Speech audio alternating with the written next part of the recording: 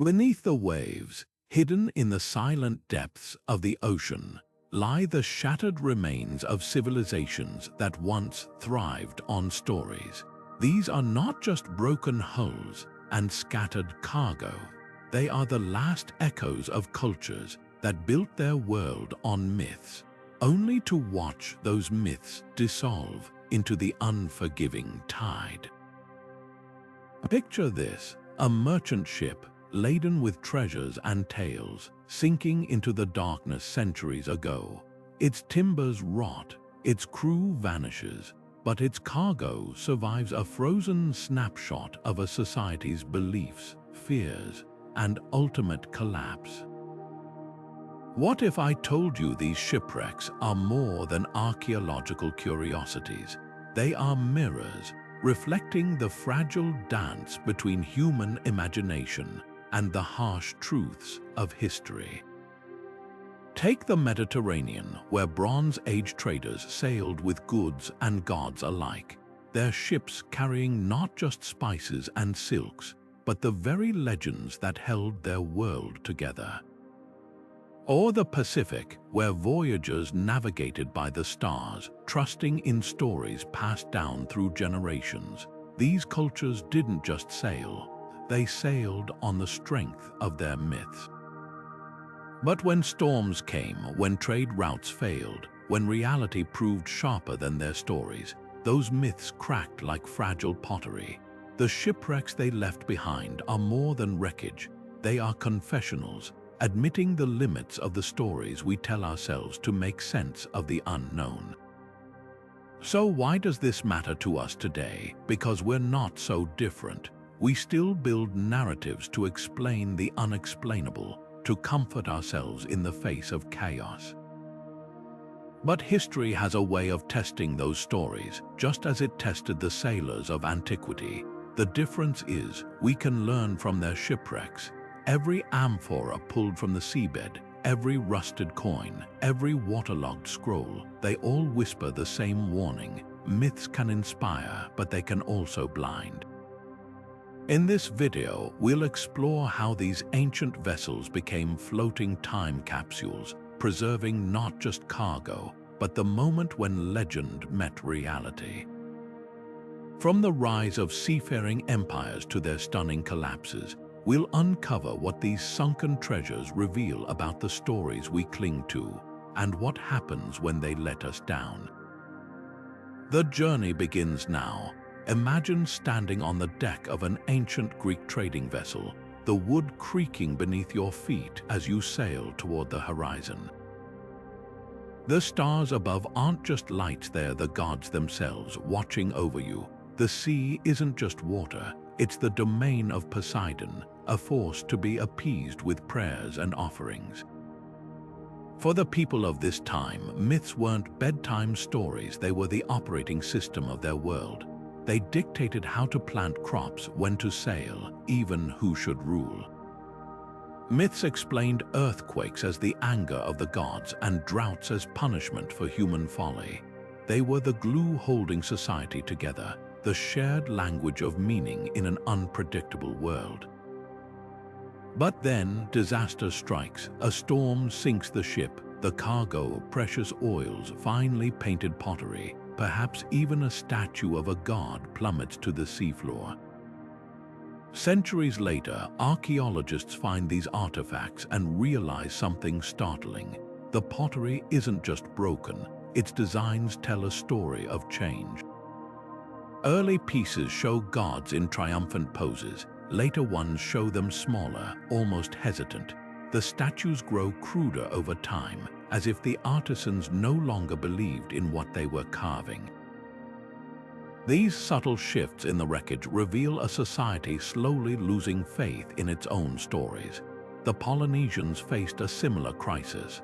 Their myths taught them to navigate vast oceans using the stars, waves, and birds. For generations, these stories guided them safely across thousands of miles. But when European ships arrived with maps and compasses, the old ways suddenly seemed fragile. A single failed voyage could unravel centuries of belief. We've found canoes abandoned mid-journey, their hulls stuffed with sacred carvings, desperate attempts to cling to myths that no longer matched reality. Shipwrecks don't just preserve objects, they capture moments of cultural reckoning. A sunken Roman galley might hold coins stamped with the emperor's face, a symbol of divine right until invaders came, and those coins became worthless. A Phoenician wreck might reveal amulets meant to ward off storms, tossed aside when the storms kept coming. These aren't just lost treasures, they're frozen instants when people realized their stories couldn't save them. The real tragedy isn't the sinking of the ships, it's the sinking of the worldviews they carried. And here's the haunting part, we're still building our own myths. Not of gods and monsters, but of progress, of markets, of endless growth. What happens when those stories collide with reality? The ancient shipwrecks warn us, when the myths fail, the collapse isn't just economic or political. It's existential. The sea doesn't care how grand your stories once were. It only asks, can you adapt when the waves come? Off the southern coast of Turkey, beneath 50 meters of crystalline water, lies one of history's most revealing shipwrecks.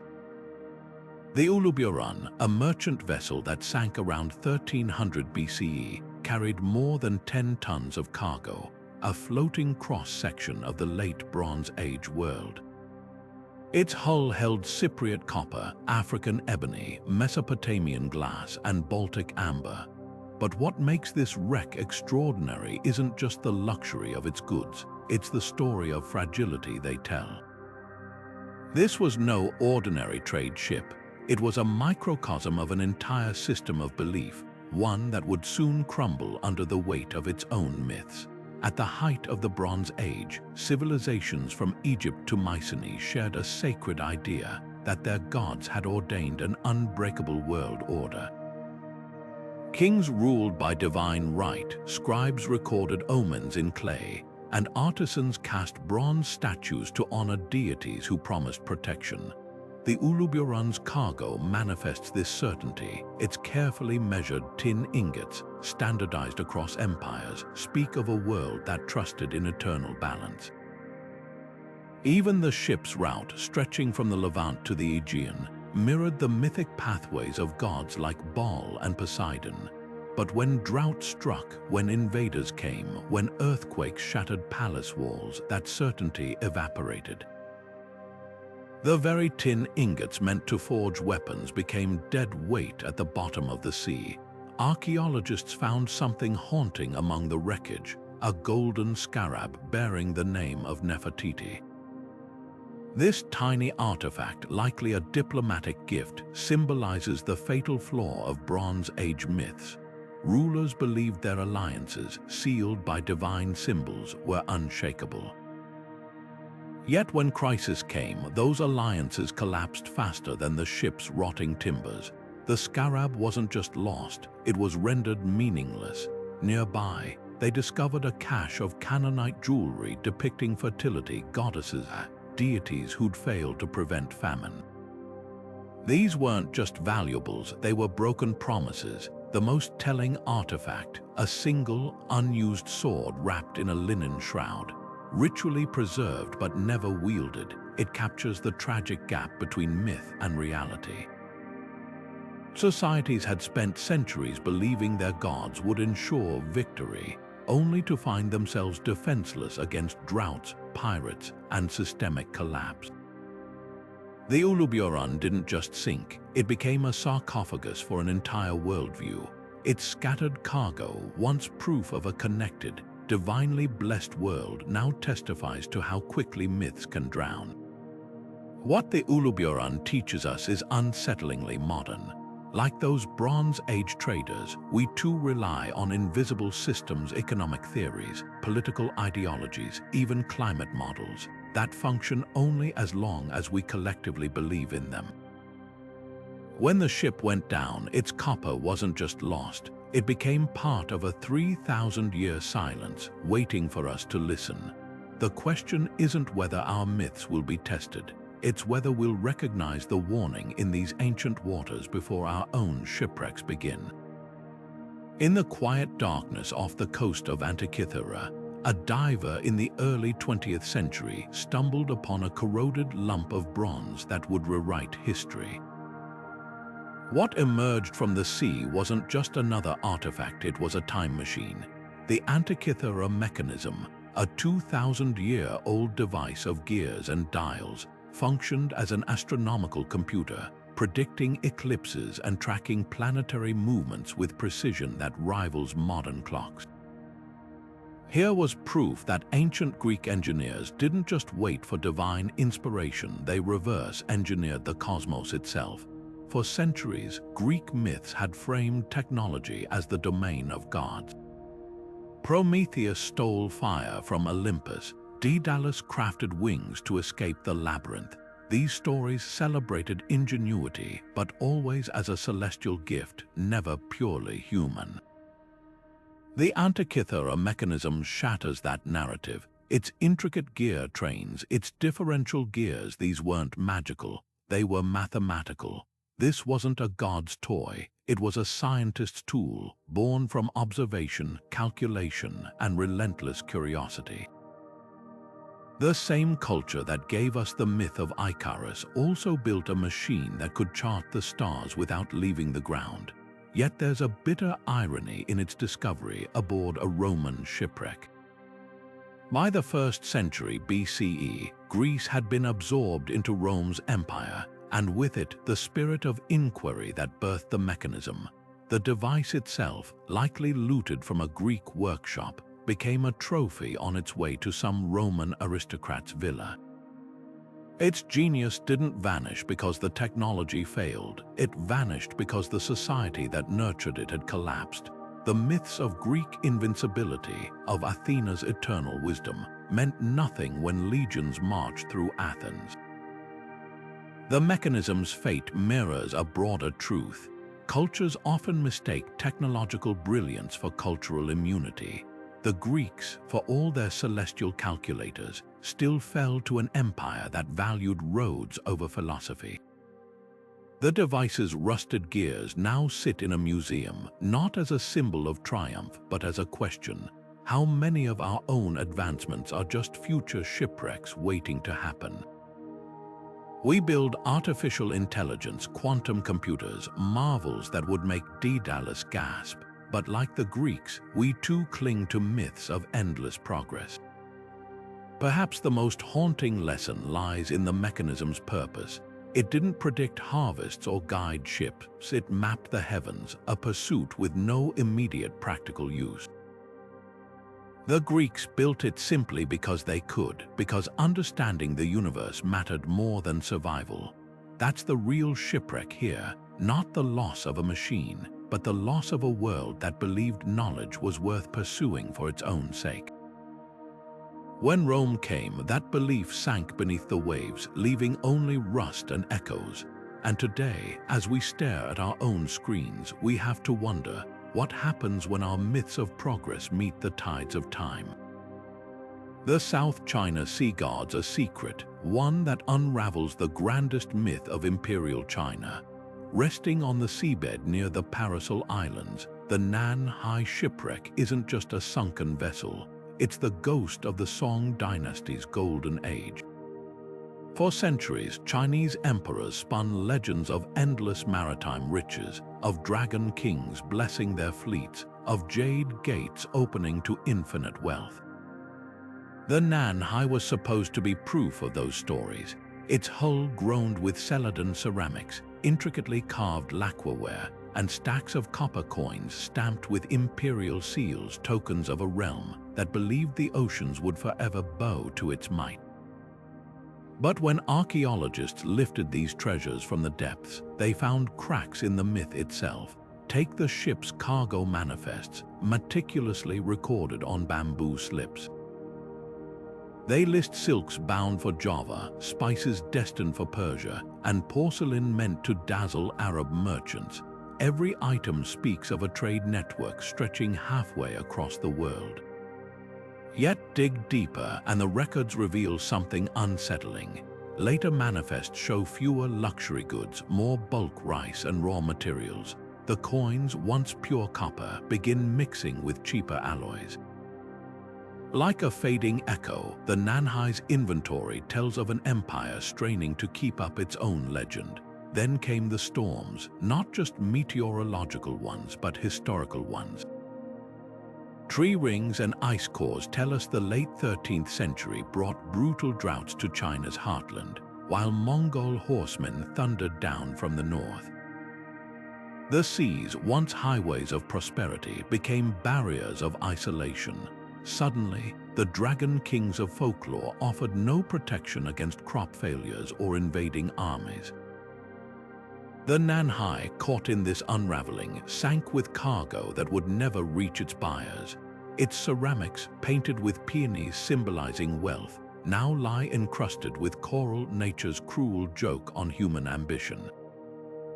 What makes the Nanhai wreck so poignant isn't just its lost treasures, but its lost illusions. The Song dynasty's merchants had believed their own propaganda, that the emperor's mandate stretched beyond the horizon. Yet the ship's final voyage coincided with the dynasty's collapse, when reality proved merciless. Among the wreckage, divers found a small statuette of Mazu, goddess of seafarers. Her face, once serene, had been worn smooth by centuries of currents, as if even divine favor could be eroded by time. Here's the twist: the Nanhai story isn't unique to ancient China. Every civilization builds myths of invincibility, whether it's the Song dynasty's maritime destiny or our modern faith in perpetual growth. The ship's corroded coins could just as easily be today's stock tickers, its storm-damaged hull a metaphor for supply chains stretched too thin. When the Nanhai sank, it took more than cargo down with it. It sank the idea that any culture, no matter how brilliant, can outrun the tides of change. The sea doesn't drown ships, it drowns arrogance. On a calm August morning in 1628, the harbor of Stockholm filled with cheers as the mighty warship Vasa prepared to set sail. Towering over the water with 64 cannons and gilded carvings of gods and lions, this wasn't just a ship, it was a floating myth. Swedish King Gustavus Adolphus had commissioned it as proof of divine favor, a vessel so grand it would terrify enemies and cement Sweden's place as the undisputed ruler of the Baltic. But minutes into its maiden voyage, a gentle breeze tipped the Vasa onto its side. Water rushed through open gun ports, and the pride of Sweden sank in full view of the horrified crowd. The wreck wasn't just a maritime disaster, it was the moment a nation's mythology capsized. Divers centuries later would find the Vasa almost perfectly preserved, a time capsule of hubris frozen in the brackish water. Its ornate carvings still gleamed, depicting biblical heroes and Swedish kings united in triumph. But the ship's design told a different story. Builders, pressured by the king's demands, had ignored basic stability rules, adding an extra gun deck that made the top-heavy vessel a death trap. Even as the Vasa began listing during construction, officials dismissed concerns, convinced divine will would keep it afloat. The wreck's recovery revealed something startling. Workers had left wooden shims wedged between beams, a desperate attempt to correct the ship's tilt without admitting fault. Here was a society so invested in its own legend that it preferred silent fixes over confronting reality. The Vasa's sinking rippled far beyond the harbor. Sweden had staked its identity on invincibility, its kings claiming lineage from Odin himself. Naval victories were framed as destiny, not strategy. But as the ship plunged bow first into the mud, it took that narrative down with it. Within years, Sweden's rivals exploited the humiliation, circulating pamphlets mocking the unsinkable warship. The king, once seen as infallible, faced whispers of incompetence. The Vasa became a cautionary tale whispered in shipyards, a reminder that no amount of gilded mythology can defy physics. What makes the Vasa uniquely haunting is how ordinary its failure was. This wasn't a freak storm or enemy fire. It was human vanity unchecked by facts. Modern engineers calculate that the ship needed just 200 more tons of ballast to stay upright. That slim margin between legend and disaster mirrors our own blind spots today. How often do we double down on flawed systems, trusting in past glory or ideological certainty? The Vasa's cannons, still loaded when it sank, never fired a single shot. Its greatest legacy wasn't intimidation, it was the deafening silence of a myth hitting the seabed. Perhaps the most revealing artifact recovered wasn't part of the ship at all. Nestled in the silt nearby, archaeologists found a small wooden figurine, a skepsman, a traditional Swedish talisman meant to protect sailors. Carved with care but broken in half, it seems to have been tossed overboard in anger or despair. In that splintered offering lies the wreck's true lesson. When societies worship their own myths too fiercely, even the gods stop listening. The Vasa didn't sink because it was cursed. It sank because its builders confused legend with law, and by the time they realized the difference, the Baltic had already claimed its price. Beneath the turquoise waters off the coast of Tunisia, a different kind of shipwreck tells a story not of storm or sabotage, but of conquest. The Modia wreck, discovered in the early 20th century, wasn't just another sunken vessel. It was a floating gallery of plundered Greek treasures, hijacked by Rome at the height of its imperial hunger. Picture this, a ship laboring under the weight of marble gods and bronze athletes, each piece ripped from its homeland to decorate some Roman aristocrat's villa. These weren't merely goods in transit, they were symbols of a myth unraveling, the myth that Greek culture, for all its brilliance, could withstand the brute force of empire.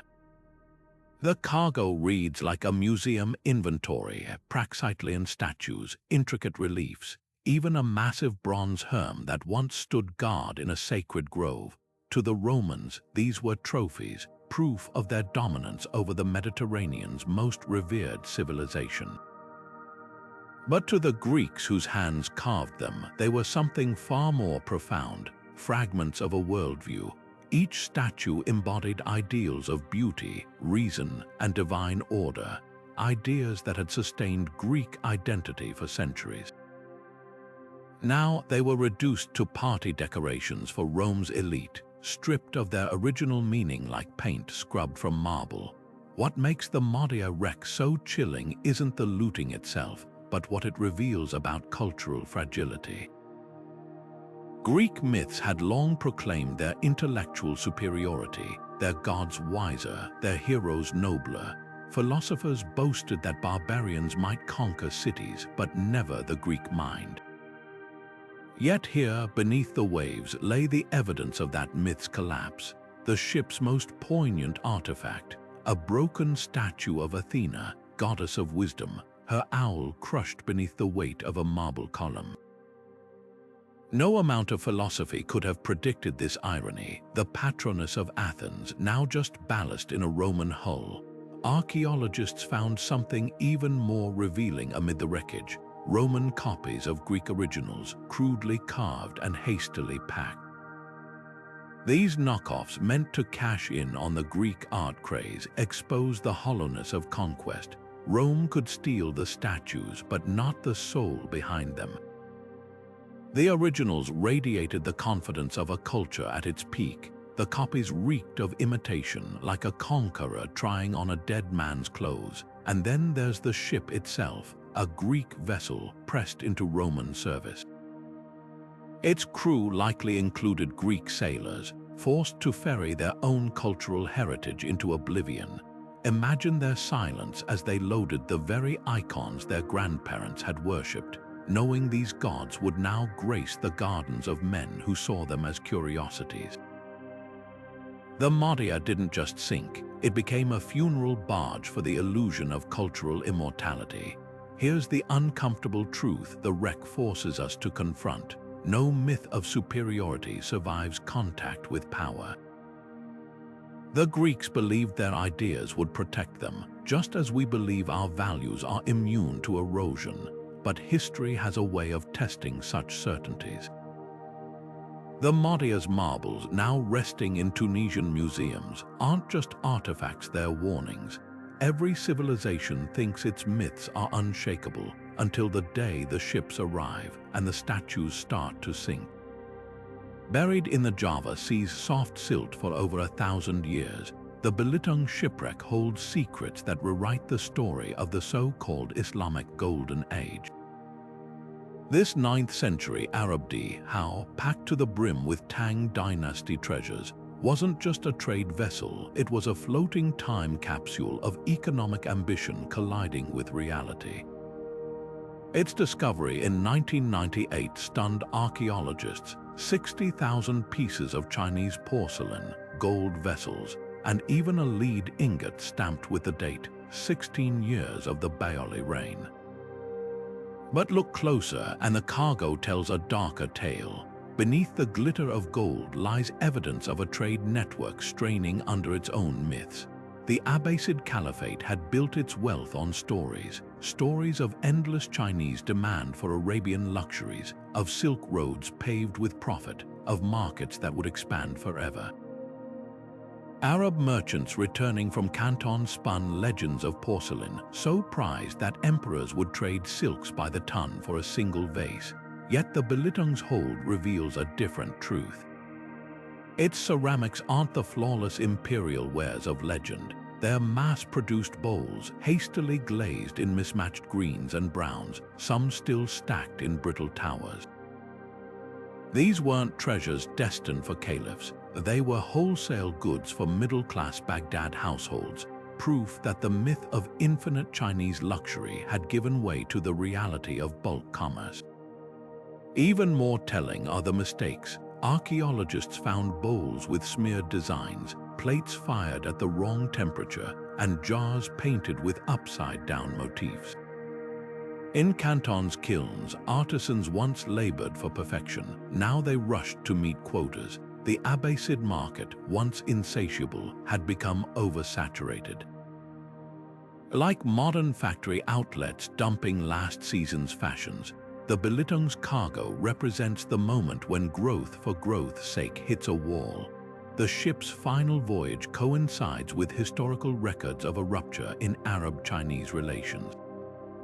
In 879, rebel Huang Kao sacked Canton, slaughtering tens of thousands of foreign traders, including a thriving Arab community.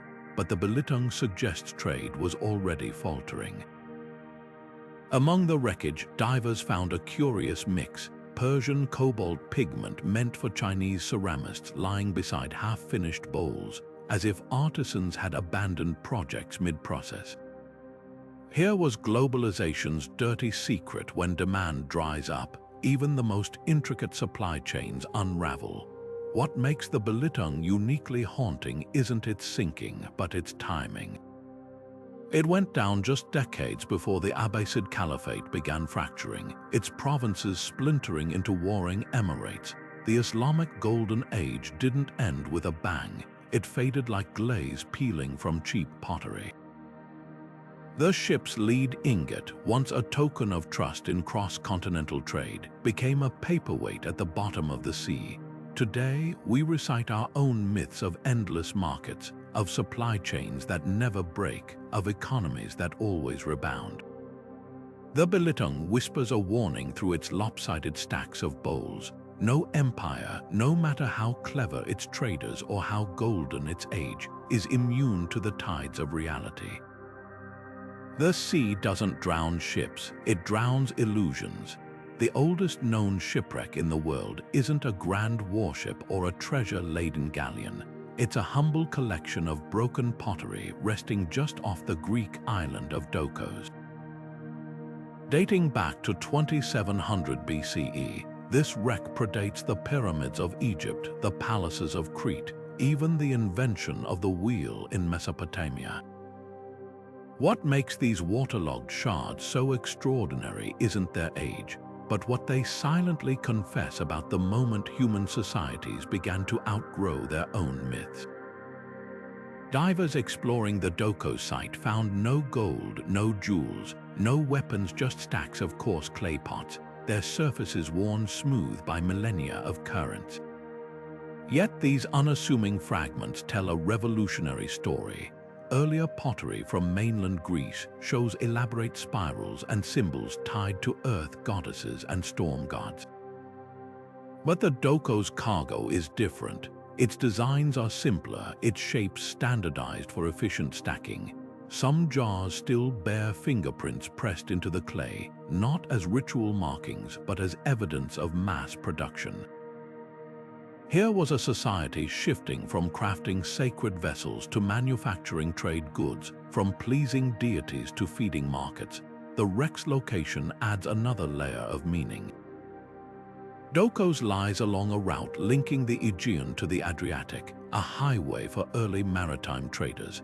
These weren't priest kings bearing offerings, but merchants calculating profit margins. Among the broken pottery, archaeologists found something startling: pebbles used as makeshift measuring weights. No mythic symbolism here, just practical math. It's as if we're witnessing the birth of a new worldview, one where cargo space mattered more than celestial blessings. But the Dokos wreck also carries a warning. The same trade networks that brought prosperity could also spread crisis. Chemical analysis of the pottery reveals clay from distant islands, proof of an interconnected economy. When drought or famine struck one region, the shockwaves rippled across the sea. A single cracked jar from Dokos might represent a village's failed harvest, a trader's bankruptcy, a family's hunger. The myths that once promised protection from such disasters now offered no solutions, just stories. Perhaps the most poignant find wasn't on the seafloor, but beneath it. Core samples show a layer of ash dating to the same period as the wreck, evidence of a volcanic eruption that blackened skies for years. The old myths would have called it divine wrath, demanded sacrifices, prayed for mercy. But the Dokos merchants kept sailing, kept trading, kept adapting. Their pots didn't depict gods, they carried olive oil and grain. In that stubborn practicality, we see the first cracks in humanity's mythic armor. The moment survival started depending less on stories and more on sturdier hulls and better navigation. The Dokos wreck doesn't just mark the dawn of maritime trade, it captures the quiet rebellion of reality against legend. Those clay pots, once filled with the mundane stuff of daily life, now hold something far more precious: the proof that civilizations don't collapse because they abandon their gods, but because they sometimes cling to them too long.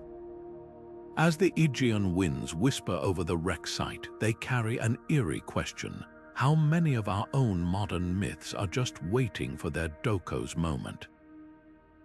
Off the coast of Turkey, where the Aegean meets the Mediterranean, the Yassiata wreck lies like a forgotten ledger of a dying empire.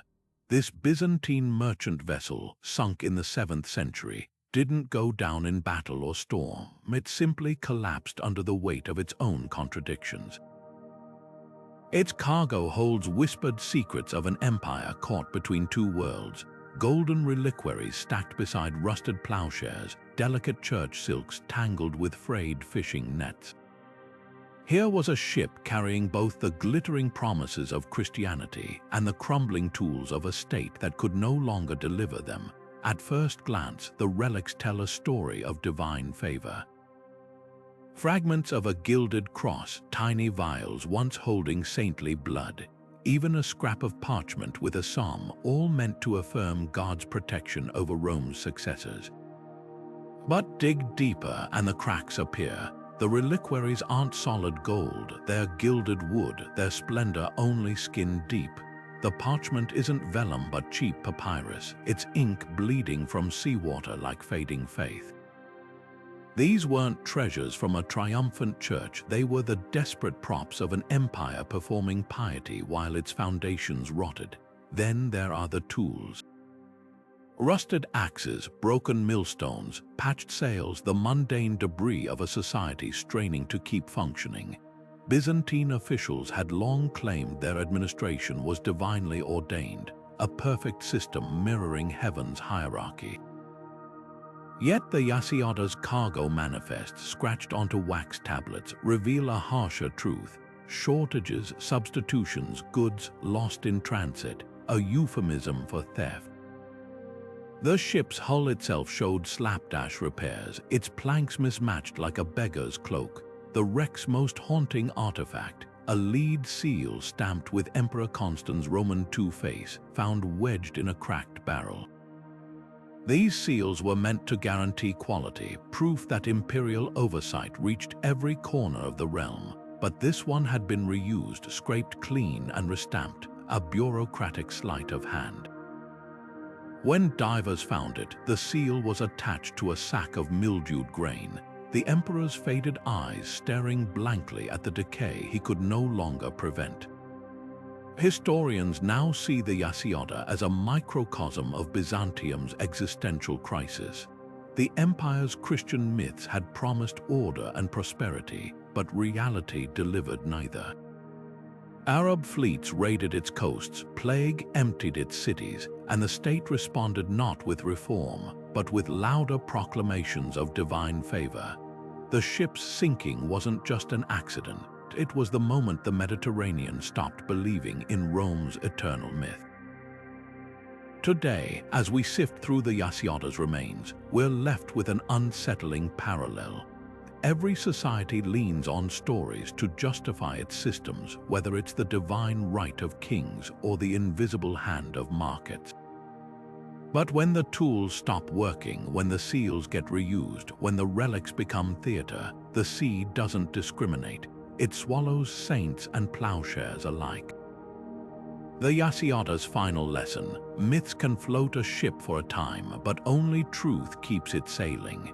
In the bustling port of Kwanju during the 13th century, merchants from across the known world would gather beneath crimson banners, haggling over silks, spices, and stories. This was the eastern jewel of the maritime Silk Road, a city so wealthy that Marco Polo claimed its harbor could dock 15,000 ships at once. The very air smelled of cinnamon and commerce, of promises that the sea would always bring prosperity. But beneath those glittering surface tales lies the wreck of a Kwanju trading vessel, its charred timbers and scattered peppercorns telling a far darker story. This ship didn't just sink, it was ambushed, set ablaze, and left to drown with its cargo still smoking. The wreck's excavation revealed a scene frozen in panic. Bronze coins spilled near the stern, as if someone had dropped a purse while fleeing. Ceramic jars lay shattered, their precious contents cardamom, cloves, frankincense scattered like confetti at a failed celebration. Most chilling of all were the sword marks gouged into the ship's beams, clear evidence of a boarding party. Here was proof that the maritime Silk Road wasn't the orderly, well-protected highway of legend. It was a lawless frontier where greed could sink a ship as easily as any storm. Historical records from the Yuan dynasty confirm what the wreck suggests. Pirate fleets, some numbering hundreds of junks, prowled the coastlines, preying on vessels heavy with treasure. Local officials, often corrupt, would demand bribes for protection that never came. The Kwanju ship's manifest, recovered from a watertight compartment, lists bolts of brocade and lacquerware destined for Persia, goods that never arrived. Next to one entry, scribbled in frantic calligraphy, are the characters for bandits sighted. It's as if the ship's scribe knew the myths of safe passage were unraveling even as he wrote. What makes this wreck so revealing isn't just the violence, but the denial that preceded it. For centuries, Chinese dynasties had propagated the myth of the tribute system, claiming foreign traders bowed to imperial might, keeping the seas peaceful. Emperors built towering pagodas as navigational aids, framing them as gifts to guide loyal merchants, but the Kwanju wreck's cargo tells a different truth. Hidden beneath official silks, divers found contraband opium resin tucked into tea chests, smuggled jade wrapped in plain cloth. Even the ship's compass, a sacred symbol of Chinese ingenuity, had been tampered with to throw rivals off course. The Maritime Silk Road wasn't a ribbon of harmony, it was a free-for-all where everyone cheated. The ship's final moments seem ripped from a cautionary tale. Dendrochronology shows its timbers were already rotten when it sailed, patched with cheap pine in a reckless bid for one last profitable run. The spices in its hold, meant to preserve food, couldn't preserve the ship itself. When the pirates struck, the crew's prayers to Mazu, goddess of the sea, went unanswered. The only divine intervention came from the flames, which preserved the wreck story in charcoal and ash. Today, we romanticize the Silk Road as a bridge between cultures, a symbol of globalization's golden age. But the Kwanju wreck forces us to confront the harsher reality. No system, no matter how glamorous its legends, is immune to human nature. The sea didn't sink this ship, our own myths did. The same waters that carried silk and poetry also carried cutthroats and liars, proving that history's most enduring trade route was built not on trust, but on the fragile hope that this voyage at least might be different. The Batavia set sail from Amsterdam in 1628 as a floating monument to Dutch pride, laden with silver coins, spices, and enough weaponry to outfit a small fortress. This ship wasn't just a vessel, it was propaganda. The Dutch East India Company had plastered Europe with pamphlets boasting of its invincible fleets, of colonies tamed by superior morals and unmatched seamanship. The Batavia's mission was to cement that myth, its very name evoking the promised riches of Java. But when it struck a reef off Australia's uncharted coast, the cracks in Holland's colonial fantasy split wide open. What followed wasn't just a shipwreck, it was a descent into madness. As survivors scrambled onto barren atolls, the veneer of civilization peeled away. The ship's high-ranking officers who'd preached order and discipline hoarded food and water. A junior merchant named Geronimus Cornelis, left in nominal charge, saw chaos as opportunity. With chilling calculation, he orchestrated a reign of terror, ordering the murder of over 100 men, women, and children to conserve supplies. The mutineers didn't just kill, they staged mock trials, drowned victims at high tide, and according to skeletal evidence, resorted to cannibalism. The very sailors who'd crossed oceans to spread Dutch enlightenment now butchered each other under the southern stars. Archaeologists studying the wreckage found haunting proof of this moral collapse. Beneath layers of coral, they uncovered not just broken timbers, but personal relics that told of shattered illusions. A silver spoon, bent from frantic digging for water. A child's wooden doll, its face scorched by fire. Most damning of all, the ship's ledger, its pages stained with salt water, still listing the Batavia's cargo as 12 chests of Bibles. The irony couldn't be sharper. A ship carrying scripture became a floating charnel house. What makes the Batavia mutiny so revealing isn't the violence itself, but the myths it exposed. The Dutch had framed colonialism as a righteous project, a blend of commerce and Christianity that would uplift savage lands. Yet here, stranded on the edge of the known world, their own men became the savages. When rescue ships finally arrived, they found not a heroic struggle for survival, but a nightmare of gallows hastily built from wreckage, of blood-stained coral, of survivors hiding in fear of their countrymen. The wreck's aftermath twisted the knife further. Cornelis and his accomplices were tried not for murder, but for disrupting company profits. Even in judgment, the Dutch East India Company prioritized economics over ethics. The Batavia's story didn't just sink a ship, it sank the pretense that empires ever really believed their own myths. Today, as divers glide over its cannon still crusted with marine growth, they're not just exploring a wreck. They're swimming through the wreckage of a lie. Buried in the mud of the River Usk for over 500 years, the Newport ship waited patiently to rewrite history. Discovered in 2002 during construction work in Wales, this medieval vessel didn't just carry cargo. It carried proof that long-held myths about Wales as an isolated backwater were dead wrong. Its hull, painstakingly preserved by the river's silt, held Portuguese wine barrels, French salt cakes, and even Spanish pottery artifacts that traced a web of connections stretching far beyond the rugged Welsh coastline. Here was a ship that defied the old stories, proving medieval Wales wasn't just open for business, it was a player in Europe's bustling trade networks. But why does this matter? For centuries, Wales had been portrayed as a land apart, its mountains and language barriers cutting it off from continental commerce. English chroniclers wrote of it as a place frozen in time, where chieftains squabbled over sheep pastures while the rest of Europe sailed toward the Renaissance. The Newport ship smashes that stereotype to splinters, its very design a hybrid of Northern European and Iberian shipbuilding techniques, shows Welsh merchants didn't just trade with outsiders, they learned from them. The wine casks stamped with merchant marks from Lisbon weren't just imports, they were evidence of relationships, of deals struck in bustling foreign ports. Then came the political earthquake that changed everything. In the late 15th century, the Wars of the Roses tore England apart, and Wales, caught in the crossfire, saw its hard-won trade links severed. The Newport ship's final voyage coincided with this unraveling.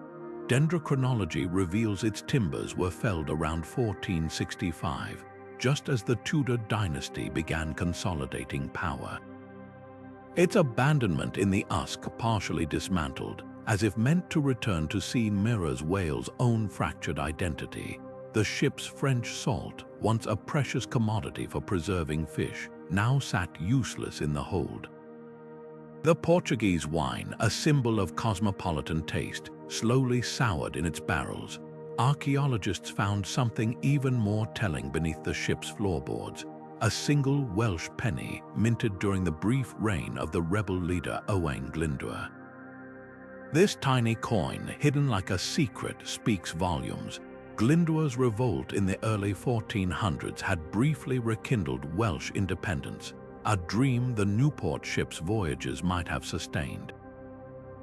But by the time the ship was scuttled, that dream was fading. The penny wasn't just currency, it was a ghost of what might have been. What makes the Newport ship so poignant isn't just its global connections, but how easily they vanished.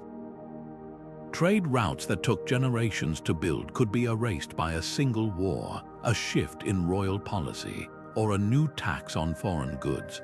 The ship's wreckage, now carefully reconstructed in a Newport warehouse, isn't just a relic.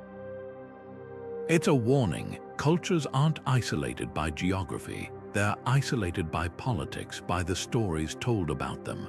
The Newport ship sailed when Wales still believed it could sit at Europe's table. Its rotting timbers mark the moment that belief sank beneath the tides of history. Today, as scholars pore over the ship's artifacts, they're not just studying trade, they're studying identity. Every wine stain on the oak planks, every scratch from a French salt sack, whispers the same truth: isolation is never inevitable. It's a choice often made by others. The Newport ship didn't just carry goods, it carried the hope that a small nation could thrive in a wider world, until the day the world decided otherwise. On a moonless night in January 1752, the Dutch merchant ship Geldermalsen struck a reef in the South China Sea and began its slow surrender to the waves. But this was no ordinary shipwreck. Its hold contained a fortune: 203 chests of Chinese porcelain, nearly 700,000 pounds of tea, and 147 gold ingots, enough wealth to bankroll a small city. Yet what makes the Geldermalsen story so revealing isn't the treasure it lost, but the corporate fantasy it carried to the seabed.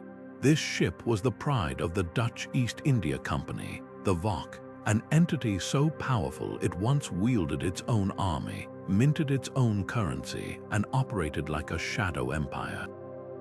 By the time the Geldermalsen sank, that empire was already drowning in its own delusions. The porcelain tells the tale. When salvagers raised the wreck in the 1980s, they found dishes painted with delicate landscapes, willow trees, pagodas, scenes of eternal harmony. These weren't just tableware, they were propaganda.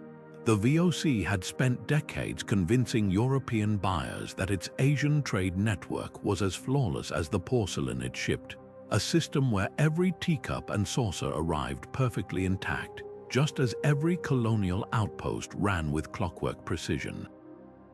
But the Geldermalsen's cargo told a different story. Beneath the top layer of pristine plates lay cracked rejects, seconds hastily packed to meet quotas. Some pieces bore smeared glazes or lopsided designs, evidence of Chinese artisans cutting corners under VOC pressure. Even the tea, once the company's crown jewel, had been adulterated with fillers to stretch profits. The myth of Dutch commercial perfection was as fragile as the porcelain that shattered against the reef. Historians now see the Geldermalsen's sinking as symbolic. The VOC had built its legend on monopolies, controlling the spice trade through sheer force and financial might. But by the mid-18th century, that model was collapsing. Smugglers undercut prices, rival companies eroded market share, and corruption rotted the company from within. The Rex Manifest, salvaged from a waterlogged ledger, reads like a satire of corporate hubris. Next to entries for fine gold and imperial-grade tea are scribbled notes about bribes paid to Chinese officials and crew members caught pilfering cargo. The ship's final act of irony, its gold ingots stamped with the VOC logo to guarantee purity, were found to be alloyed with cheaper metals, a fitting metaphor for a company that had gilded its own decay. The Geldermalsen's true legacy lies in what it didn't carry. Earlier VOC wrecks are filled with spices, pepper, nutmeg, cloves, the commodities that made the company's fortune. But by 1752, the spice trade had dwindled, and the VOC was reduced to shipping bulk goods like tea and porcelain, competing with smaller, nimbler traders.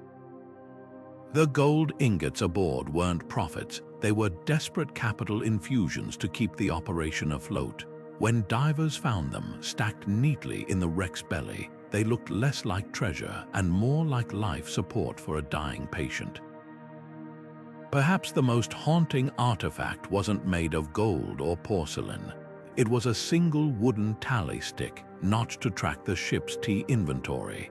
These sticks were the VOC's accounting system, a physical representation of its belief that everything could be measured, controlled, and monopolized. But the Geldermalsen stick was found broken, its notches misaligned, as if the numbers no longer added up.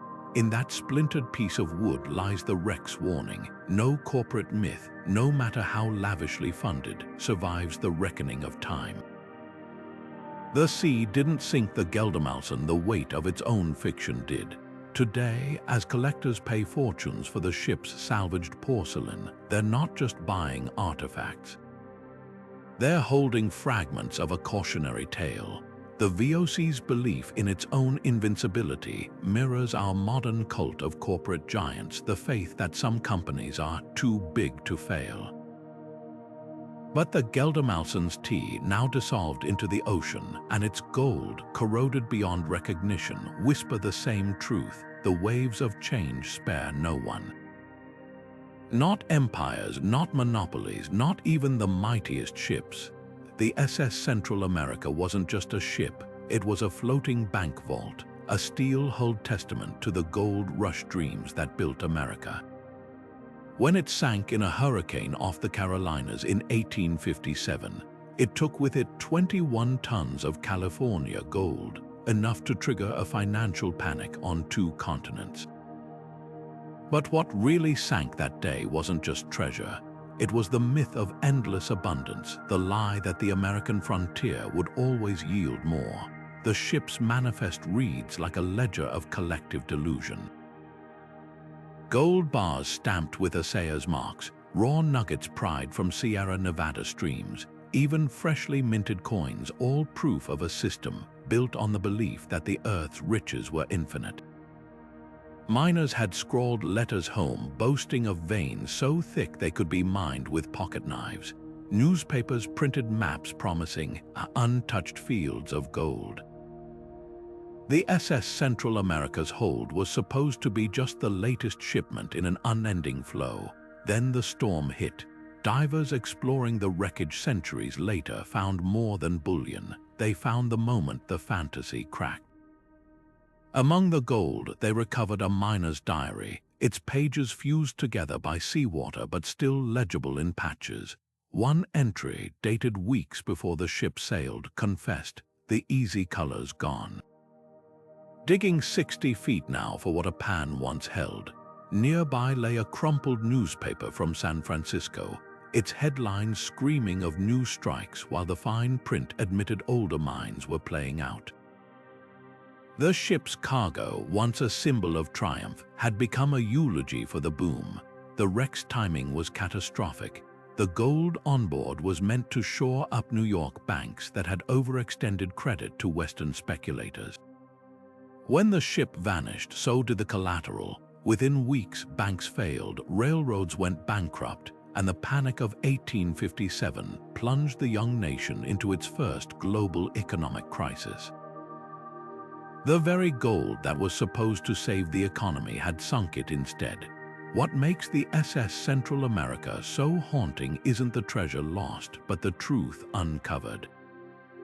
Miners had ignored geology, bankers had ignored risk, and everyone had ignored the simple fact that gold, like all resources, is finite, the ship's most revealing artifact. A single assay scale, its brass weight still perfectly balanced. It's as if the sea itself was weighing myth against reality and finding the myth fatally light. Today, as salvagers still bring up gold from the wreck site, they're not just recovering metal, they're dredging up a warning. Every economic bubble, from tulips to tech stocks, follows the same arc. Belief outstrips reality until reality bites back. The SS Central America's gold now sits in museums, but its lesson lingers in every boomtown ghost town, every abandoned oil field, every cryptocurrency crash. The ocean didn't sink the gold rush dream, the dream sank itself. Beneath the waves near Sicily's coast, the Marsala Punic ship lies broken but eloquent, a ghostly witness to the moment Carthage's naval legends met Roman ruthlessness. Discovered in 1971, this charred hull wasn't just a warship. It was a floating manifesto of Carthaginian pride, designed to dominate the Mediterranean with sleek speed and razor-sharp rams. Yet its final resting place, littered with Roman ballista bolts and scorched timbers, tells a different story. Even the most celebrated myths of invincibility can shatter against the anvil of reality. Carthage's navy wasn't just strong, it was mythologized. Ancient historians wrote of ships so fast they could outrun the wind, crews so disciplined they maneuvered in perfect silence, and rams so precise they could split an enemy hull between 2 heartbeats. The Marsala wreck, though, reveals the cracks in this grandeur. Its construction was ingenious, prefabricated numbered timbers for quick repairs, a hull sheathed in lead to foil borers, but also rushed. Tree ring dating shows some planks were cut from young trees, their green wood prone to splintering. The navy that claimed perfection was cutting corners, stretching its resources thin to keep up with its own reputation. Then came Rome, the underdog with a killer instinct. While Carthage clung to its myth of naval supremacy, Rome adapted. The Marsala Rex debris field includes fragments of Roman, Corvus boarding bridges, crude but effective gangplanks that turned sea battles into land fights. Carthage's elegant maneuvers meant nothing when legionaries stormed across these bridges, turning ships into slaughterhouses. Archaeologists found something even more damning: Carthaginian arrowheads stacked neatly in a crate, unused. The crew had died before firing a shot, their legendary archery skills irrelevant against Rome's brute force tactics. The ship's last moments were a microcosm of Carthage's downfall. Burn marks radiate from the keel outward, suggesting the Romans didn't just sink it, they torched it as a message. Nearby, divers recovered a small terracotta amulet of Tanit, Carthage's protector goddess, her face melted by heat. It's as if the sea itself preserved the moment when faith in divine favor met the flames of defeat. What makes the Marsala wreck so haunting isn't its failure, but its warning. Carthage's navy didn't lose because it was weak. It lost because it stopped innovating, trusting too deeply in the myths of its past. Rome won by rewriting the rules, not following them. Today, as historians study the ship's preserved rope still coiled as if waiting for orders, they're not just looking at a relic. They're holding a question: how many of our own modern myths of superiority are just future wreckage waiting to happen?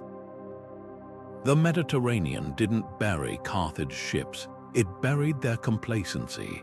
Off the northern coast of Cyprus, where the Mediterranean's blue stretches toward the horizon, the Kyrenia ship rests like a time capsule of a vanishing world. This humble Greek merchant vessel, no longer than 14 meters, wasn't built for glory, it was built for almonds. Its hold, when archaeologists first peered inside, held over 9,000 carefully stored almond shells, along with amphorae of Rhodian wine and millstones for grinding grain. A floating pantry, you might think, but look closer, and this unassuming wreck becomes something far more profound. The last gasp of a trade network that had thrived for centuries until the tides of empire washed it away. The Kyrenia's story begins in the Cyclades, those scattered Greek islands where local merchants had woven a web of exchange as intricate as any myth. For generations, these sailors believed their trade routes were safeguarded by tradition, by the gods of the winds and waves, by the unspoken rules that had always governed the Mediterranean's ebb and flow. The ship itself was a testament to that faith, its hull repaired no fewer than 3 times with wood from distant shores, proof of a culture that trusted in continuity. But then came Alexander the Great, and with him a new myth that the world existed to be conquered. When Alexander's armies marched, they didn't just redraw maps, they rewrote economies. The Kyrenia's final voyage coincided with his campaigns in the east, a time when once reliable ports suddenly became garrisons, when familiar trade partners vanished into the maw of war. The almonds in its hold, likely bound for a Cycladic festival, never reached their destination. The wine, meant to sweeten some island wedding, soured in the sunken dark.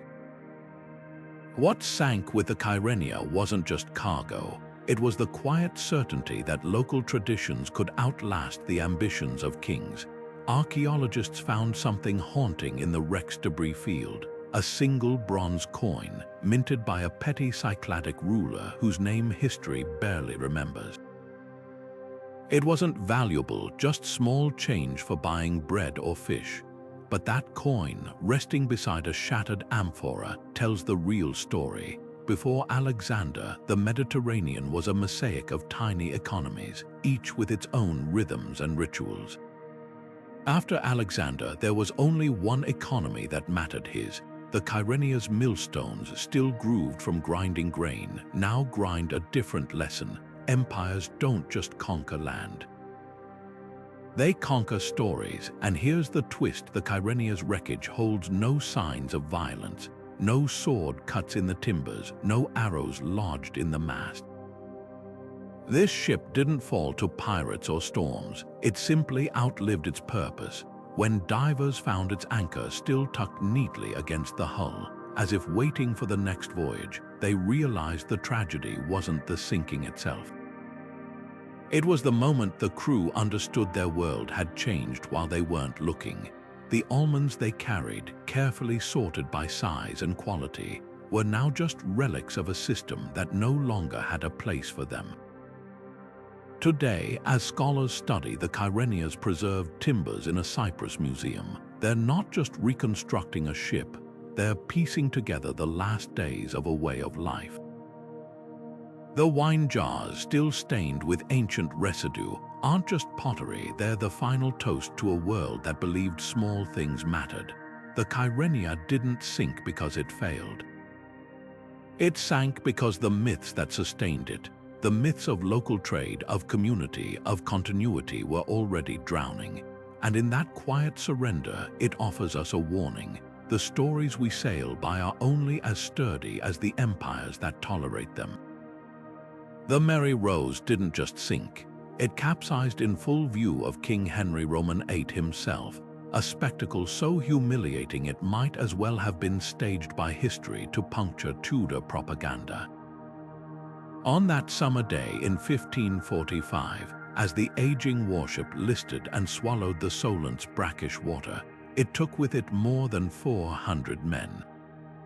It drowned the carefully crafted myth of English naval supremacy, revealing a fleet as riddled with flaws as the Mary Rose's own waterlogged hull. What makes this wreck so revelatory isn't just its tragic demise, but the cargo of contradictions it carried. Henry's England had spent decades burnishing its image as a rising maritime power, its ships supposedly unmatched in design, its crews disciplined and devout. The Mary Rose was the crown jewel of this narrative, a floating fortress studded with cannons, its decks crowded with archers wielding the legendary English longbow. Yet when divers began recovering artifacts in the 1980s, they found evidence of a very different reality. The longbows, though formidable, lay beside rusted bundles of arrows fletched with mismatched feathers, suggesting hurried, haphazard preparation. Surgical tools recovered from the ship's barber surgeon were medieval in design, utterly inadequate for treating cannon wounds, a fatal mismatch in an era where naval warfare was rapidly evolving. The ship itself told a damning story. Modifications to accommodate heavier guns had made it dangerously unstable, its lower gun ports barely above the waterline. When the Mary Rose heeled in a sudden gust, those very innovations meant to project power became its death sentence. The wreck's preserved timbers show last-minute patches, gaps plugged with whatever materials were on hand. This wasn't the vessel of an invincible navy. It was a floating compromise, its grandeur as thin as the gilt on Henry's royal proclamations. Perhaps the most poignant find was a pewter tankard engraved with the initials H and A, likely belonging to a sailor named Henry and his sweetheart Anne. It sits beside a set of dice, still resting where they'd rolled across the deck in the ship's final moments. These aren't relics of a disciplined fighting force. They're fragments of ordinary lives caught in the gap between national myth and mortal reality. The Mary Rose's crew weren't the elite warriors of Tudor legend. They were cobblers and farmers pressed into service, their leather shoes and woolen caps preserved perfectly in the silt, their bodies found clustered near escape routes they never reached. Henry's reaction to the disaster speaks volumes. Rather than confront the systemic failures exposed by the sinking, he doubled down on spectacle, commissioning even larger ships and louder proclamations of divine favor. The wreck, meanwhile, became a taboo topic, its very existence an affront to the myth of Tudor destiny. In that willful denial lies the Mary Rose's true lesson. Cultures often cling to flattering fictions long after reality has sunk them. The ship's cannons, now silent in a Portsmouth museum, aren't just artifacts, they're unanswered questions.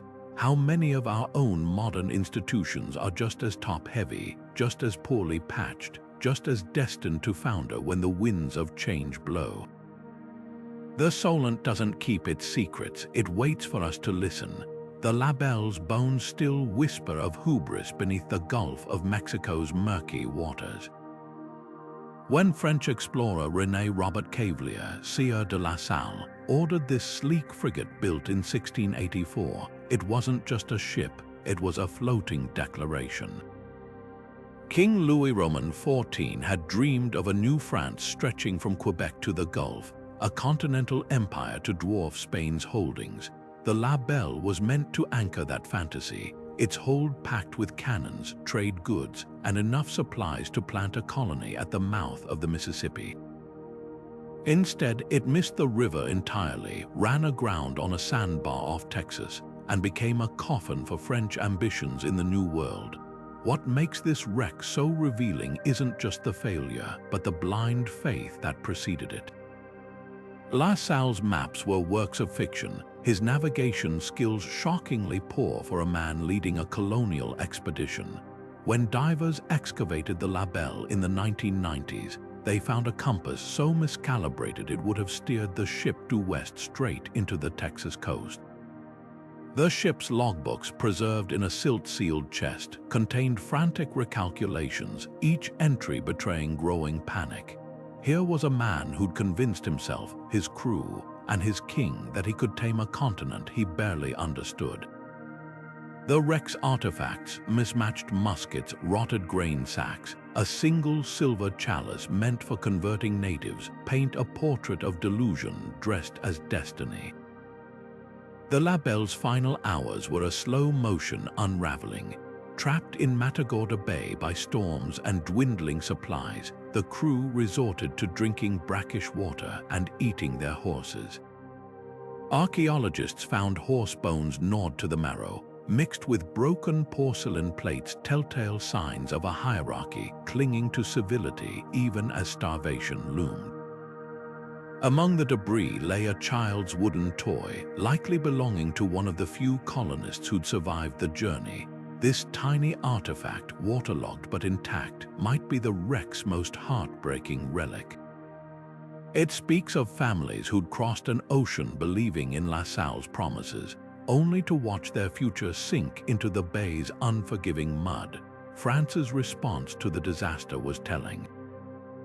Rather than admit failure, the crown spun new myths of noble sacrifice, of Spanish sabotage, of bad luck rather than bad planning. The La Belle's cannons, meant to intimidate rival empires, now rusted uselessly in the shallows. Its crates of trade beads, intended to woo indigenous tribes, scattered across the seabed like broken promises. Even the ship's name, the Beautiful, became a cruel joke.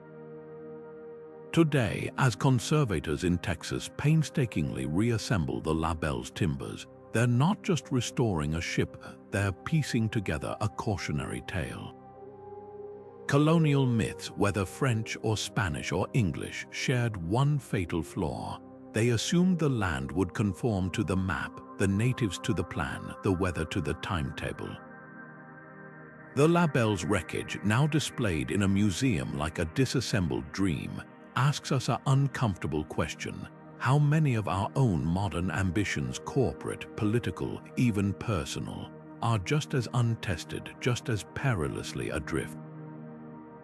The Gulf didn't swallow La Salle's ship, it swallowed his certainty. The HMS Terror didn't just freeze, it was swallowed whole by the Arctic's indifference. When Sir John Franklin led his expedition in 1845, the British Empire was drunk on its own myths of invincibility. The Terror and its sister ship, the Erebus, were technological marvels of their time, reinforced with iron plating, stocked with enough canned food for 3 years, even fitted with early steam engines to churn through icy waters. The crew carried silver cutlery, a library of 1,200 books, and an unshakable belief that Victorian ingenuity could tame even the harshest wilderness. Yet when divers finally located the Terror's wreck in 2016, they found it upright on the seabed, its decks eerily intact, as if the ship had simply given up mid-struggle and let the ice press it gently down into the dark. Franklin's mission wasn't just exploration, it was theater.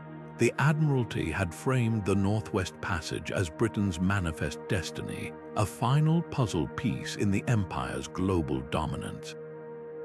Newspapers breathlessly reported the expedition's state-of-the-art provisions, ignoring the warnings of Inuit hunters who'd survived the Arctic for millennia. The wreck's artifacts now mock that hubris: cans of food sodded with lead that slowly poisoned the crew, silk gloves useless against -40-degree winds.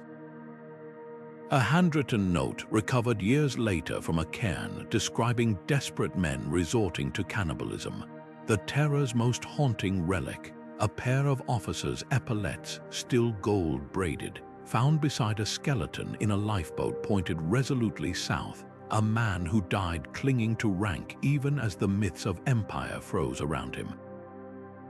What makes this wreck so chilling isn't the failure, but the refusal to adapt.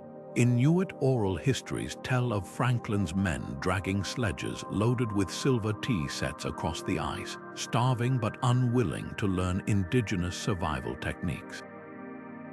The ship's logbooks, recovered in fragments, show officers obsessing over celestial navigation even as their bodies wasted from scurvy. The Arctic didn't kill the expedition, its own arrogance did.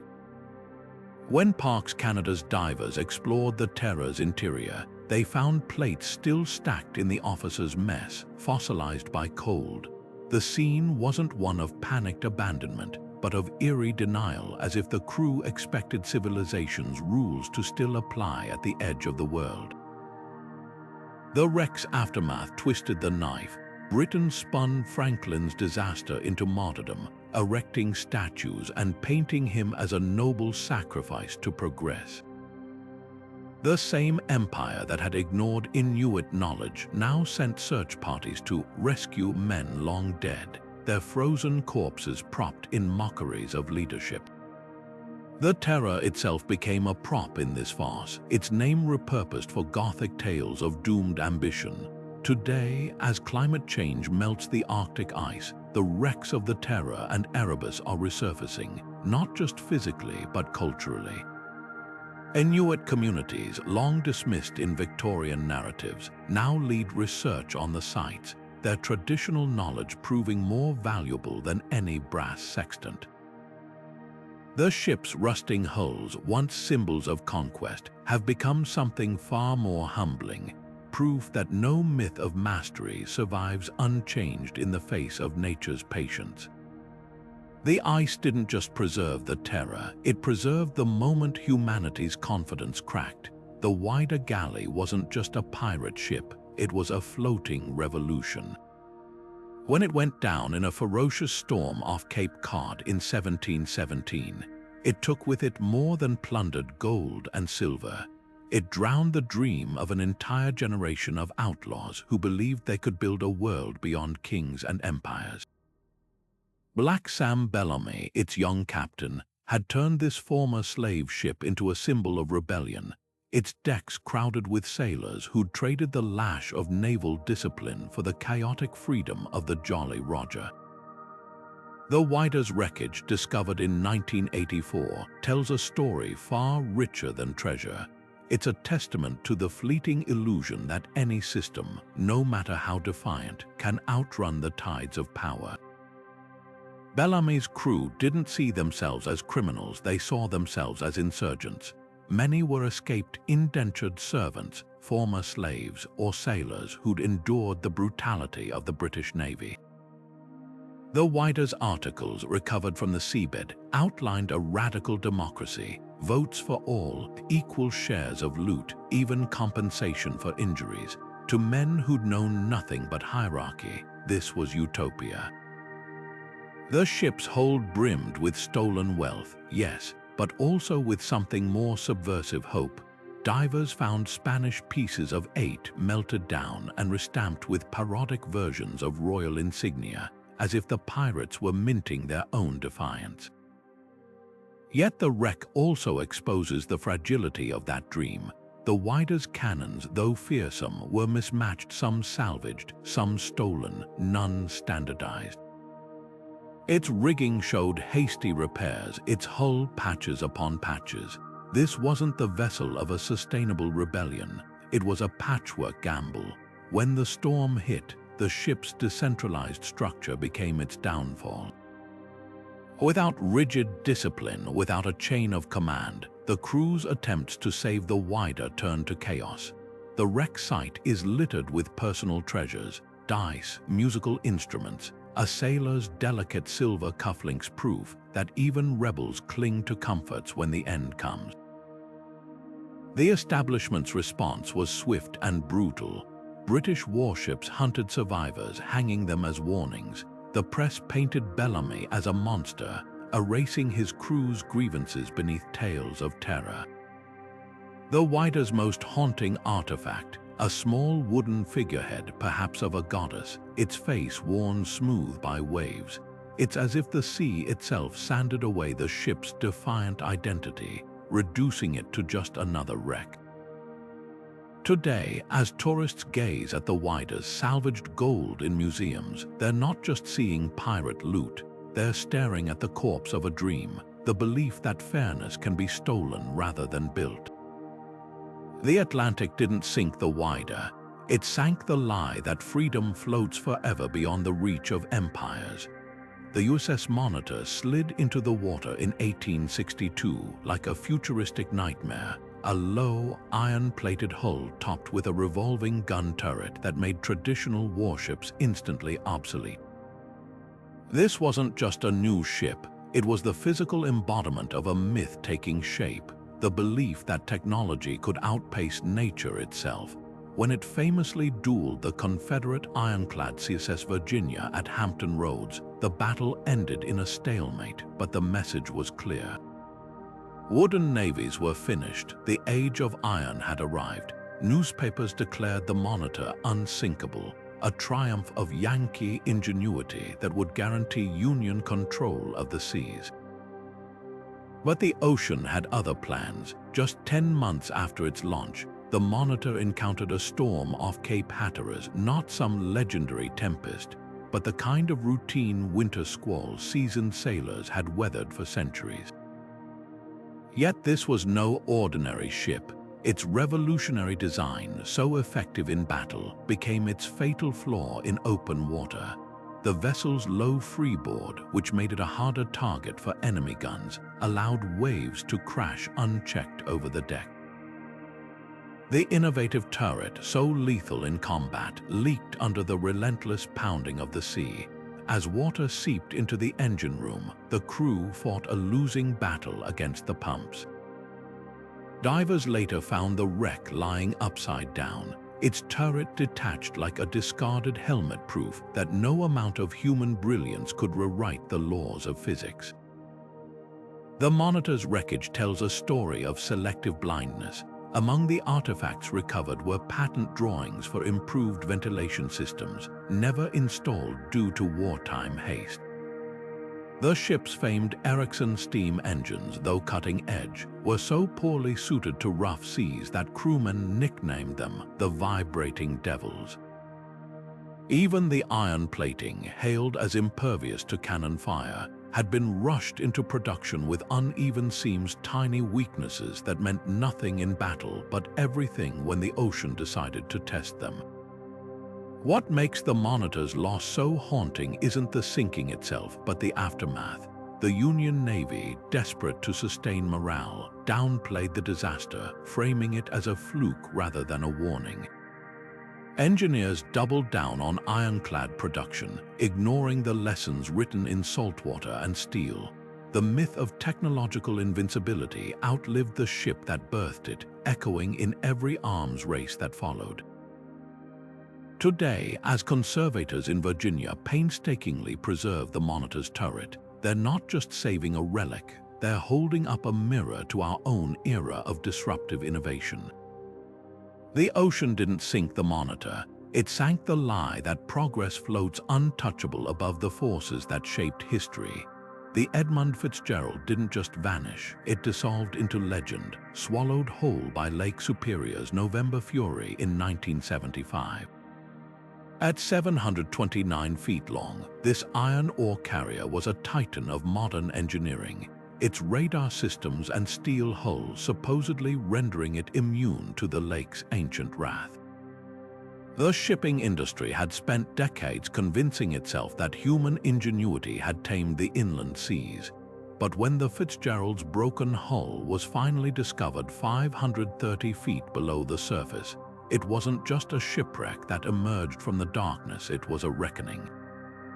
Listen to the Coast Guard's final radio transmission from the crew, static, choked and frantic. We're holding our own. Not a distress call, not a surrender, but stubborn defiance. That phrase, preserved on tape like a fossil of hubris, captures the industrial age's central myth, that bigger, stronger, and more advanced meant invincible. The wreckage told a different story. Sonar images revealed the Fitzgerald's midsection torn open like a tin can, its cargo holds emptied of not just ore but certainty. Investigators found lifeboats still secured, their covers intact, proof that the lake's fury had given no warning, no time for the rituals of survival. Gordon Lightfoot's haunting ballad immortalized the disaster, but the ship's real legacy lies in the chilling details recovered from the deep. The Fitzgerald's cargo hatch covers, designed to withstand 30-foot waves, were twisted like foil. Its radar state-of-the-art for 1975 had failed to detect the storm's most dangerous feature, shallow water waves piled up by the lake's unique bathymetry, hitting with twice the force of open ocean swells. Even the ship's steel, thicker than any pre-war freighters, showed signs of brittle fracture under extreme cold. Every technological fail-safe had been outmatched by variables the engineers never anticipated. What makes the Fitzgerald story so unsettling isn't its tragedy, but its timing. This wasn't some wooden schooner from the Age of Sail. It sank the same year NASA landed Viking probes on Mars. The shipping industry's response was telling. They blamed the crew. Theories about unsecured hatches or navigational errors proliferated, preserving the myth of human error rather than systemic overconfidence. Only decades later did researchers uncover the deeper truth. The Fitzgerald was part of a new generation of maximum efficiency freighters, their hulls stretched thin to carry more cargo per trip. The very innovations meant to conquer nature had made the ships more vulnerable to it. Today, as sonar maps trace the Fitzgerald's debris field, its bow section standing upright like a tombstone, the wreck asks uncomfortable questions about our own era.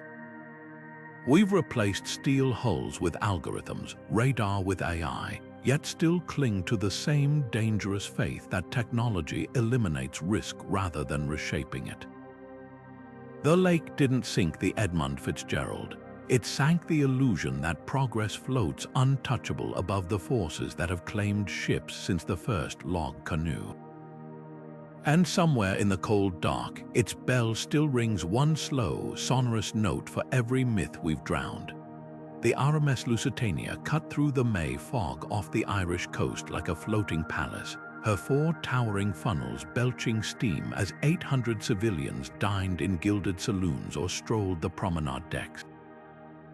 This wasn't just a ship, it was a manifesto of Edwardian optimism, proof that human progress had rendered even the Atlantic's dangers quaint.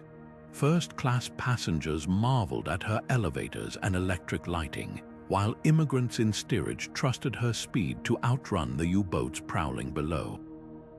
Yet on May 7, 1915, a single torpedo tore through the hull, unleashing chaos that would sink more than a ship. It would drown an entire era's faith in the rules of war. Divers exploring the wreck a century later found eerie evidence of this shattered illusion.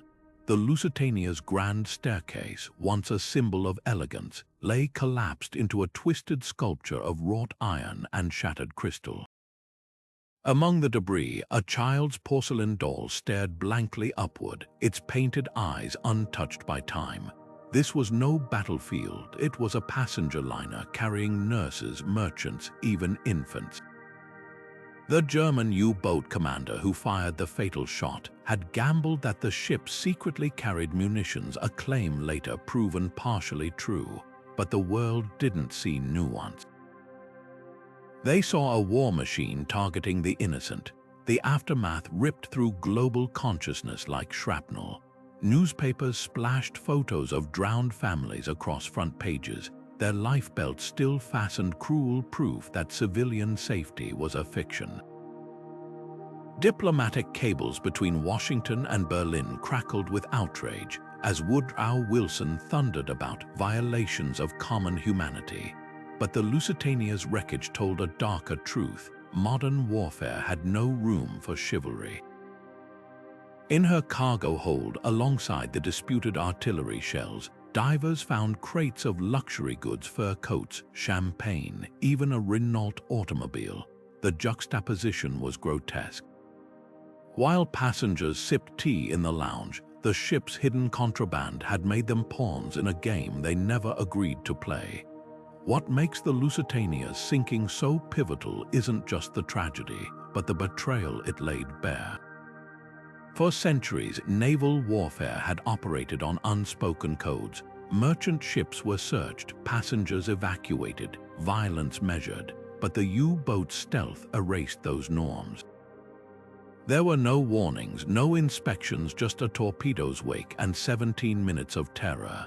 The wreck's most haunting artifact, a recovered pocket watch, its hands frozen at 2:28 p.m., the exact moment the ship vanished beneath the waves. Time itself seemed to stop for the age of civility, yet the Lusitania's legacy is even more unsettling when viewed through today's lens. Her destruction foreshadowed every blurred boundary of modern conflict: the drone strikes that kill wedding guests, the cyber attacks that cripple hospitals, the propaganda that turns schools into targets. The ocean didn't just claim a ship that day. It swallowed the naive belief that technology and morality advance hand in hand. As the Lusitania's hull settled into the silt, it took with it the last pretense that war could ever be civilized. The MV Doña Paz wasn't just overcrowded, it was a floating tinderbox, a disaster waiting to happen. When this Philippine ferry collided with an oil tanker on December 20, 1987, the resulting inferno didn't just claim lives, it exposed the rot beneath the veneer of maritime safety. Over 4,000 people perished, many trapped below decks, others jumping into water already slick with burning fuel. Yet what makes this wreck so devastating isn't the scale of the tragedy, but the paper trail of negligence that led to it. Start with the ferry itself. Designed to carry fewer than 1,500 passengers, the Doña Paz routinely sailed with 3 times that number, its manifests falsified to hide the truth. Survivors later described aisles packed with families sitting shoulder to shoulder, life jackets locked away in storage rooms no crew member could access. The ship's safety certificates, recovered from a Manila office after the sinking, were outdated forgeries, crude photocopies with dates altered by hand. Even the lifeboats mandated by international law had been sold off years earlier to cut costs, their rusted davits left empty like broken promises. Then there was the collision. The oil tanker Vector, itself operating with an expired license and a crew untrained in emergency procedures, struck the Doña Paz near midnight. Witnesses reported smelling gasoline hours before impact, a detail ignored by officers preoccupied with counting cash from ticket sales. When the ships finally collided, the explosion was instant, flames racing through the ferry's wooden decks soaked in decades of spilled oil and varnish. The official inquiry later revealed the Doña Paz lacked even basic fire alarms, let alone the modern sprinkler systems standard on ferries elsewhere in the world. The aftermath laid bare a system engineered for denial. The shipping company, Sulpicio Lines, initially blamed the Vector's crew, then pivoted to calling the disaster an act of God. Government inspectors admitted they hadn't boarded the ferry in years, relying instead on bribes to rubber-stamp safety checks, most damning of all. The Doña Paz had sunk once before, in 1979, only to be refloated, renamed, and put back into service with minimal repairs. Its wreckage, when divers finally surveyed it, showed patched hull plates and jury-rigged wiring, a floating monument to corner cutting. But the real tragedy lies in the stories that never made the headlines. The fishermen who pulled bodies from the water for weeks afterward described an eerie silence, no screams, because entire families had vanished together. The makeshift morgues overflowed with unclaimed victims, many of them rural poor traveling home for Christmas, their tickets purchased with months of savings. In a cruel twist, some victims' relatives were later charged storage fees for retrieving loved ones' remains from overcrowded hospitals. What makes the Doña Paz wreck so chillingly modern is its lesson about deregulation. In the rush to privatize maritime travel, the Philippine government had handed oversight to the very corporations it was supposed to police. The result wasn't just a failed system, it was a predatory one, where profit margins mattered more than passenger lists. Today, as divers occasionally visit the wreck site, they don't find grand artifacts or treasure, just twisted metal and the occasional shoe, preserved in the deep as reminders of how easily safety becomes collateral damage. The sea didn't sink the Doña Paz, a culture of greed did, and its bubbles still rise to the surface every time another overloaded ferry sets sail somewhere in the world. The Costa Concordia didn't just run aground, it capsized in slow motion under the glare of smartphone cameras, a spectacle so surreal it shattered the cruise industry's carefully crafted fantasy of seamless luxury. On that January night in 2012, as the megaship's hull scraped against the rocks of Giglio Island, its gilded atrium still echoed with the clinking of champagne glasses from dinner service minutes earlier. Passengers in life jackets stumbled across tilting decks where waiters had just served tiramisu, the ship's grand piano sliding past them like a scene from a surrealist film. This wasn't just an accident, it was the moment the curtain pulled back on modern maritime mythology, revealing a billion-dollar industry built as much on illusion as steel. What makes the Concordia wreck so damning isn't the captain's infamous salute maneuver that caused it, but the systemic complacency it exposed. Cruise lines had spent decades selling passengers on the myth of fail-safe vacations, floating cities where every risk was engineered into oblivion. The Concordia itself was billed as unsinkable, its 7-story lobby and cascading pools framed as testaments to human mastery over the sea. Yet when divers explored the wreck, they found haunting evidence of neglected basics. Emergency generators, crucial for powering evacuation systems, were submerged in rooms with flimsy waterproof seals. Lifeboat drills, legally required before departure, had been postponed to avoid disrupting the first night festivities. Even the ship's watertight compartments, designed to contain flooding, were compromised by crew members who'd propped open doors for convenience. The wreck's most chilling detail emerged in the black box transcripts. As the ship listed violently, officers argued over whether to sound the general alarm, not because they doubted the danger, but because corporate policy discouraged alerts that might unnecessarily alarm guests. For 45 precious minutes, passengers were told they were experiencing a minor electrical fault, even as seawater flooded stairwells. This wasn't just negligence, it was a betrayal of the social contract that lets millions board cruise ships each year. The industry's entire business model relies on passengers suspending disbelief, trusting that their floating resort is as safe as it is glamorous. The Concordia proved how thin that trust really was. Yet the aftermath revealed an even darker truth. The disaster changed almost nothing. While Captain Schettino became a global punchline for abandoning ship, the structural issues went unaddressed. Cruise ships today are larger than ever, some carrying over 7,000 passengers, with evacuation plans that remain mathematically implausible. Industry lobbyists successfully watered down post-Concordia safety reforms, arguing that stricter rules would hurt profits. The wreck itself, salvaged in the world's most expensive maritime recovery operation, was quietly scrapped while executives rebranded luxury cruises as adventure experiences, shifting the blame for risk onto passengers. Perhaps the Concordia's most enduring legacy lies in the artifacts left behind. A single high-heeled shoe lodged in a gangway, its owner likely fleeing barefoot. A dinner menu still listing that night's seafood special. These fragments don't just tell a story of chaos, they reveal the fragility of the modern belief that money can insulate us from consequence. The cruise industry didn't just lose a ship that night, it lost the myth that paradise comes without price, that fun can ever be truly foolproof. As the Concordia's wreck was towed away to the scrapyard, it left behind a question. When the next ship falters, will we finally stop pretending the water beneath us is solid?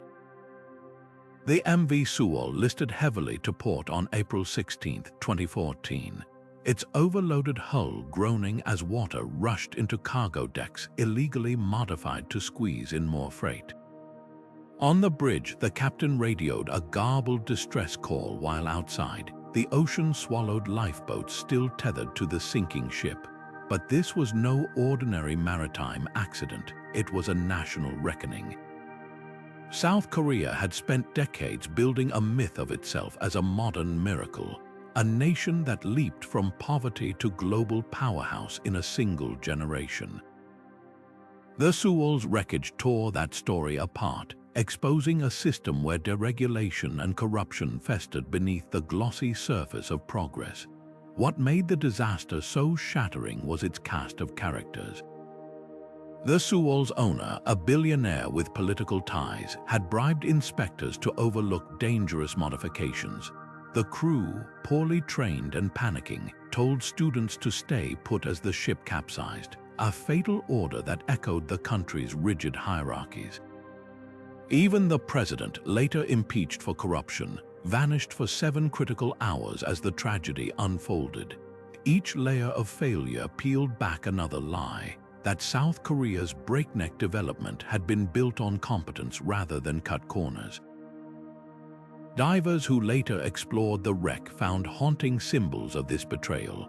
Classrooms where backpacks still hung on hooks, their owners 250 high school students lost in the chaos. A cafeteria clock stopped at 8:52 a.m. the moment power failed. Most damning of all, the ship's safety certificates, recovered from a soggy filing cabinet, were stamped with approval dates matching exactly when bribes were paid. This wasn't just negligence, it was institutionalized fraud, a system that treated human lives as spreadsheet variables. The public outrage that followed wasn't merely grief, it was the sound of cognitive dissonance cracking. For years, South Koreans had tolerated corruption as the grease that kept their economic engine humming. The Sewol forced them to confront the cost. Children sacrificed to maintain the illusion of seamless progress. Protesters flooded Seoul's streets, not with candles but with yellow ribbons, a color chosen because it symbolized the unanswered cries of parents waiting for bodies that would never surface. Yet the Sewol's deepest wound was its timing. The ship sank during final exam season, a period when South Korea's hyper-competitive education system pushes students to their limits. The victims weren't just teenagers, they were the embodiment of the country's future, raised on promises that hard work guaranteed safety, that authority figures could be trusted. Their last text messages, later published in newspapers, read like epitaphs for that broken contract. "Mom, I'm scared. The TV says we'll be rescued, but the water's rising." Today, the salvaged Sewol sits in a dry dock, its rusted hull too controversial to display. Some see it as a memorial, others as evidence the nation still hasn't fully confronted its myths. The ocean didn't sink the Sewol. A culture of blind faith in progress did the kind that mistakes speed for direction and efficiency for wisdom. Its wreckage asks a question that echoes far beyond Korea's shores. When we chase advancement at any cost, who decides what gets left behind? The Titan submersible didn't just implode, it shattered the modern myth of technological invincibility, collapsing under pressures that ancient sailors would have recognized instantly.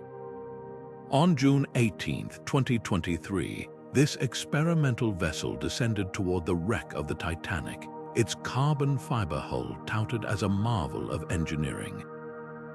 Stockton Rush, Ocean Gate CEO, had repeatedly dismissed safety concerns, comparing critics to those who once doubted the Wright brothers. Yet when the Titan vanished in the abyss, leaving only a debris field of shattered dreams, it wasn't just a tragic accident. It was the latest chapter in humanity's oldest story, the moment ambition collides with the indifference of nature.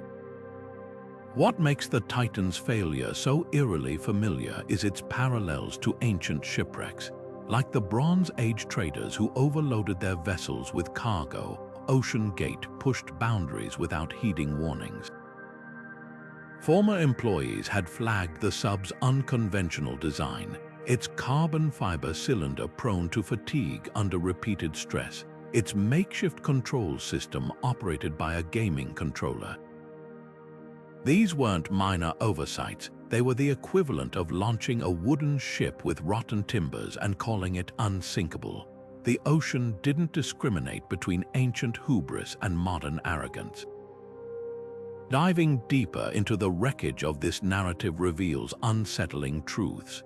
The Titan's implosion wasn't a freak event, it was the culmination of a culture that prizes disruption over diligence.